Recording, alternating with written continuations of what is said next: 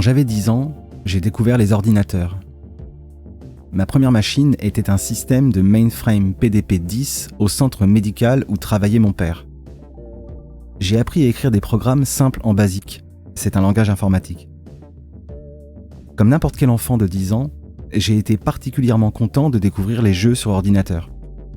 Un jeu était simplement intitulé « Aventure ». Je l'ai ouvert et j'ai lu.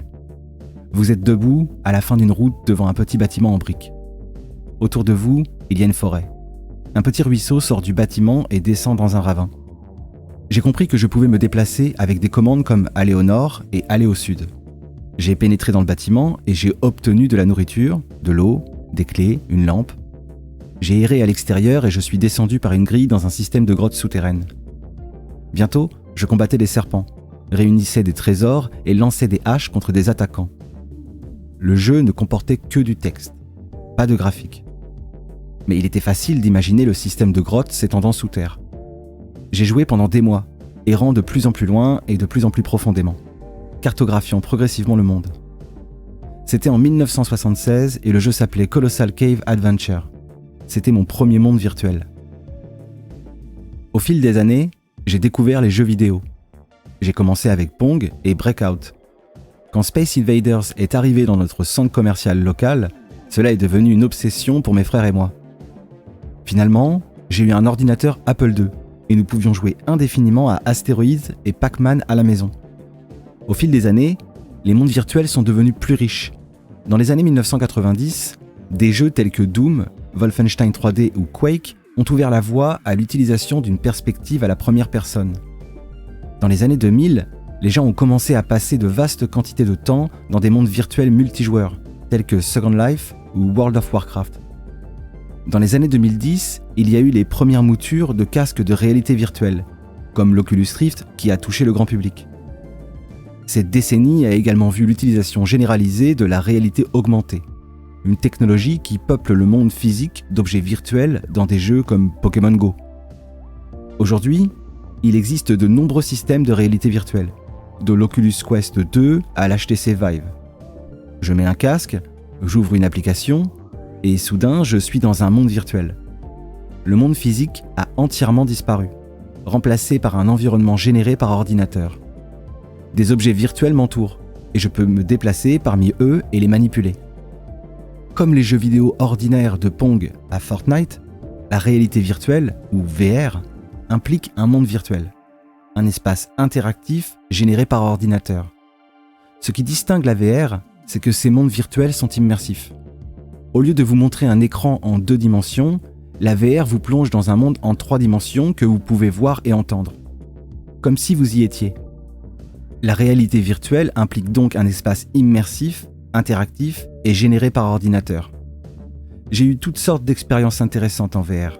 J'ai pris le corps d'une femme, j'ai combattu des assassins, j'ai volé comme un oiseau, j'ai voyagé sur Mars, j'ai regardé le cerveau humain de l'intérieur, avec des neurones tout autour de moi. J'ai été debout sur une planche étendue au-dessus d'un canyon, terrifié, bien que je sache parfaitement que si je descendais de cette planche, alors je descendrais sur un sol non virtuel, juste en dessous.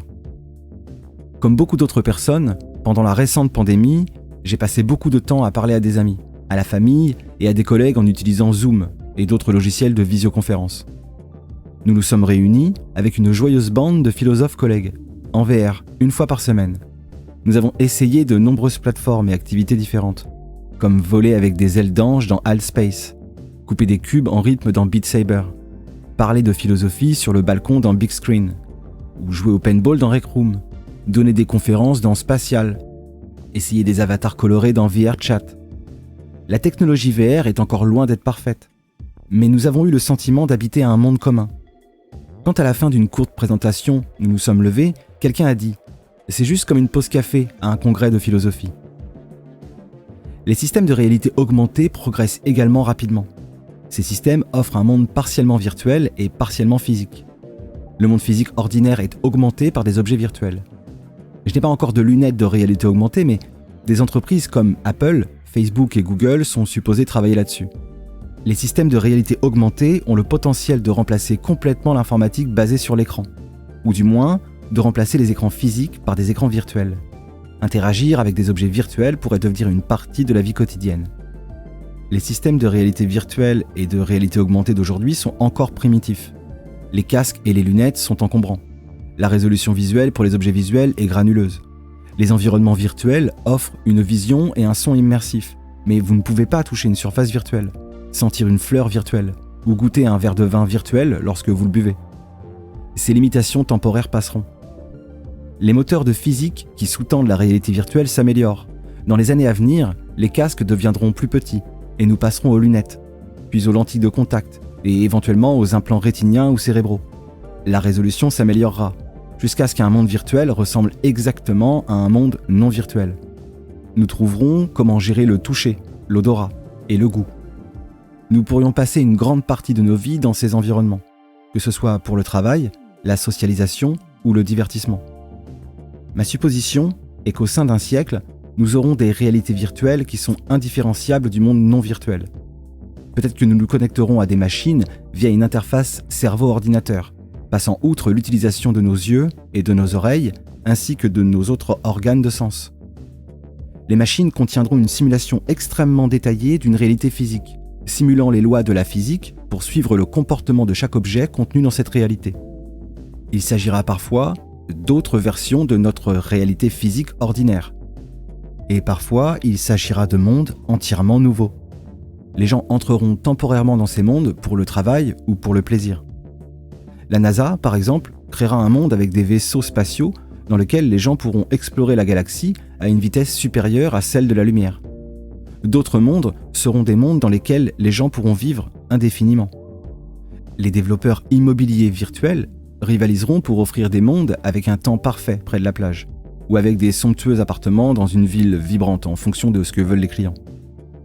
Il se peut que, comme dans le roman et le film Ready Player One, notre planète soit bondée et dégradée, et que les mondes virtuels nous offrent de nouveaux paysages et de nouvelles possibilités.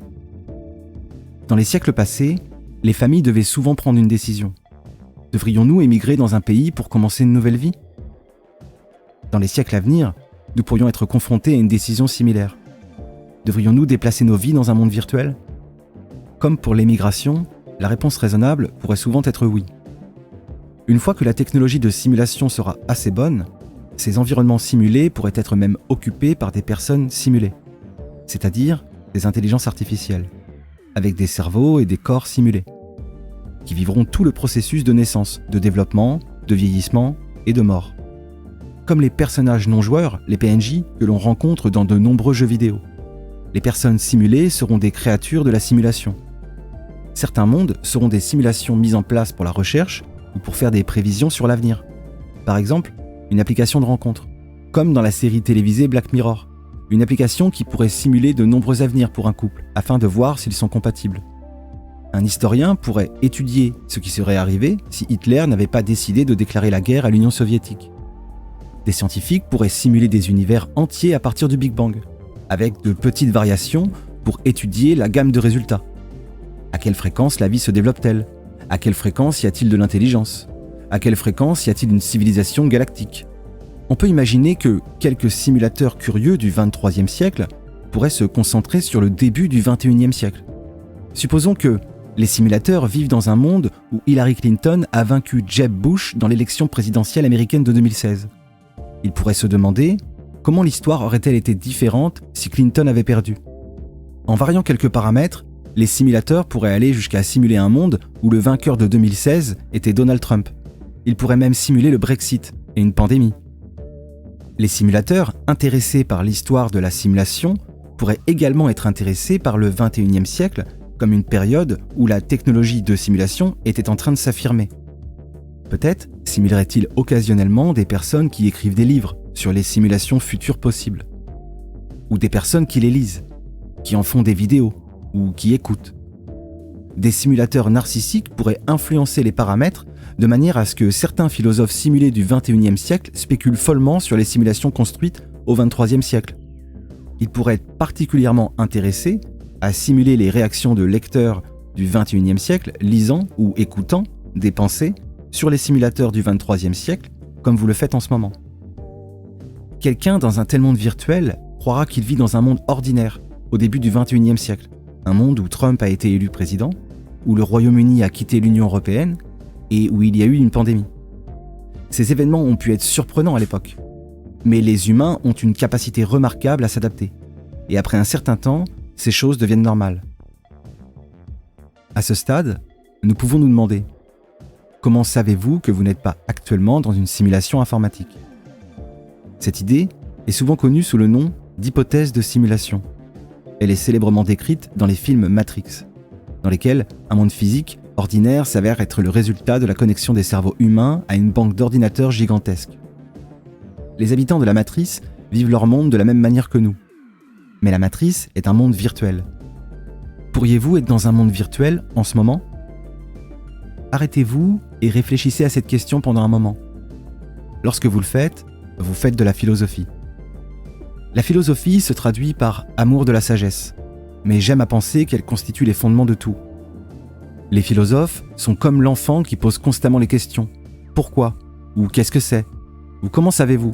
Ou qu'est-ce que ça signifie ? Ou pourquoi devrais-je le faire ? Posez ces questions à quelques reprises et vous atteindrez rapidement les fondements.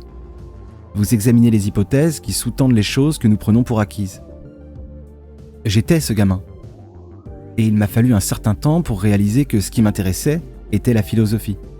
J'ai commencé par étudier les mathématiques, la physique et l'informatique. Ces études vous amènent assez loin dans les fondements de tout, mais je voulais aller plus loin. J'ai donc commencé à étudier la philosophie, ainsi que la science cognitive, pour maintenir un ancrage dans le sol solide de la science, tout en explorant les fondements qui se trouvent en dessous. Tout d'abord, j'ai été attiré par des questions sur l'esprit, comme qu'est-ce que la conscience ? J'ai passé une grande partie de ma carrière à me concentrer sur ces questions. Mais les questions sur le monde, comme qu'est-ce que la réalité, sont tout aussi centrales pour la philosophie.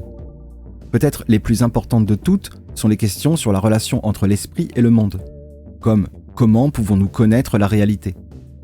Cette dernière question était au cœur du défi posé par René Descartes dans ses Méditations sur la première philosophie, en 1641, qui a fixé l'agenda de siècles de philosophie occidentale à venir. Descartes a posé ce que j'appellerais le problème du monde extérieur. Comment savez-vous quoi que ce soit sur la réalité en dehors de vous ? Descartes a abordé le problème en demandant: comment savez-vous que votre perception du monde n'est pas une illusion ? Comment savez-vous que vous ne rêvez pas en ce moment même ? Comment savez-vous que vous n'êtes pas trompé par un démon maléfique en pensant que tout cela est réel, alors qu'il ne l'est pas ? De nos jours, il pourrait aborder le problème en posant la question que je vous ai juste posée. Comment savez-vous que vous n'êtes pas dans un monde virtuel ? Pendant longtemps, je pensais que je n'avais pas grand-chose à dire sur le problème du monde extérieur de Descartes. Mais la réalité virtuelle m'a donné une nouvelle perspective. C'est en réfléchissant à l'hypothèse de simulation que j'ai réalisé que j'avais sous-estimé les mondes virtuels. De leur côté, Descartes et beaucoup d'autres ont également sous-estimé ces mondes virtuels. J'ai conclu que, si nous réfléchissions plus clairement au monde virtuel, cela pourrait nous amener au début d'une solution au problème de Descartes. En principe, la réalité virtuelle peut être beaucoup plus qu'une échappatoire. Elle peut être un environnement complet pour mener une vie véritable. Je ne dis pas que les mondes virtuels seront une sorte d'utopie. Comme Internet, la technologie de la réalité virtuelle entraînera certainement des choses horribles ainsi que des choses merveilleuses. Elle sera sûrement abusée. La réalité physique est également abusée. Comme la réalité physique, la réalité virtuelle se frottera à l'ensemble de la condition humaine. Le bon, la brute et le truand.